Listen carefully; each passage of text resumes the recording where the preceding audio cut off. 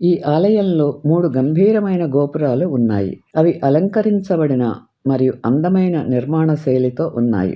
అసలు ఆలయం 5వ శతాబ్దంలో పల్లవ రాజవంశం సమయంలో నిర్మించబడింది మరియు నేడు సందర్శకులు చూసే ఆలయం 11వ శతాబ్దంలో చోళ రాజవంశం పాలనలో నిర్మించబడింది. ఈ ఆలయానికి చోళులు, విజయనగర సామ్రాజ్యం వంటి వివిధ పాలక రాజవంశాల నుండి అనేక దానాలను అందుకుంది. క్లిష్టమైన శిల్పాలతో కూడిన 100 స్తంభాల భారీ హాలు మరియు ఐకానిక్ రాజగోపురం 1516 ఏడీలో విజయనగర చక్రవర్తి కృష్ణదేవరాయలు తన విజయాల తర్వాత శ్రీకాళహస్తి మరియు తిరుమలను సందర్శించినప్పుడు ఆయన పాలనలో ప్రారంభించబడింది ఈ రాజగోపురం. ఈ రాజగోపురం 26 మే 2010న కూలిపోయింది. అప్పుడు రాజగోపురంను అదే ప్రదేశంలో 45 కోట్ల బడ్జెట్తో తిరిగి దాని అసలు రూపంలో పునర్నిర్మించారు. జనవరి 18న ప్రతిష్ఠించారు. శ్రీకాళహస్తి శతకం అనే తెలుగు పద్యం ఈ ఆలయంతో ముడిపడి ఉన్న సంప్రదాయాలను వివరిస్తుంది. కర్ణాటక సంగీత సంప్రదాయంలో అగ్రశ్రేణి స్వరకర్తలలో ఒకరైన ముత్తుస్వామి దీక్షితార్ తన శ్రీకాళహస్తీశ అనే కృతిలో ఈ ఆలయ వైభవాన్ని కీర్తించారు. శివమృత్యుంజయ మంత్రం.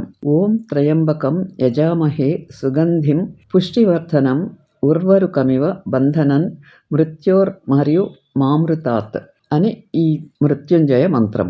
ఓం సువాసన గల మరియు భక్తులను మరింతగా పోషించే 3 కన్నుల శివుడిని మనం పూజిస్తాము. శివుడిని పూజించటం ద్వారా పండిన దోసకాయ బంధనకాండం నుండి సులభంగా విడిపోయినట్లే అమరత్వం కోసం మనం మరణం నుండి విముక్తి పొందుతాము. ప్రయోజనాలు: ప్రాణాంతక వ్యాధులు మరియు అకాల మరణాలను అధిగమించండి. శ్రీకాళహస్తి ఆలయాన్ని రాహుకేతు క్షేత్రం అని కూడా అంటారు. రాహుదోషం, కేతుదోషం, సర్పదోషం, కాలసర్పదోషం, నాగదోషం మొదలైన దుష్ప్రభావాలను తొలగించడానికి ఈ ఆలయంలో రాహుకేతు పూజ అనేది ప్రసిద్ధ ఆచారం.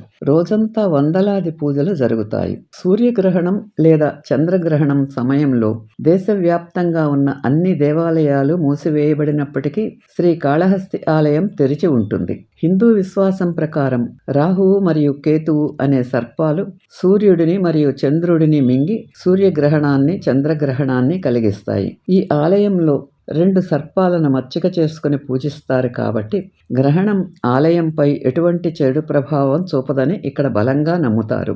గ్రహణ సమయంలో ఆలయంలో ప్రార్థనలు చేయటం వల్ల అన్ని అనారోగ్యాలు మరియు దురదృష్టాలు తొలగిపోతాయని ఒక భావన కూడా ఉంది.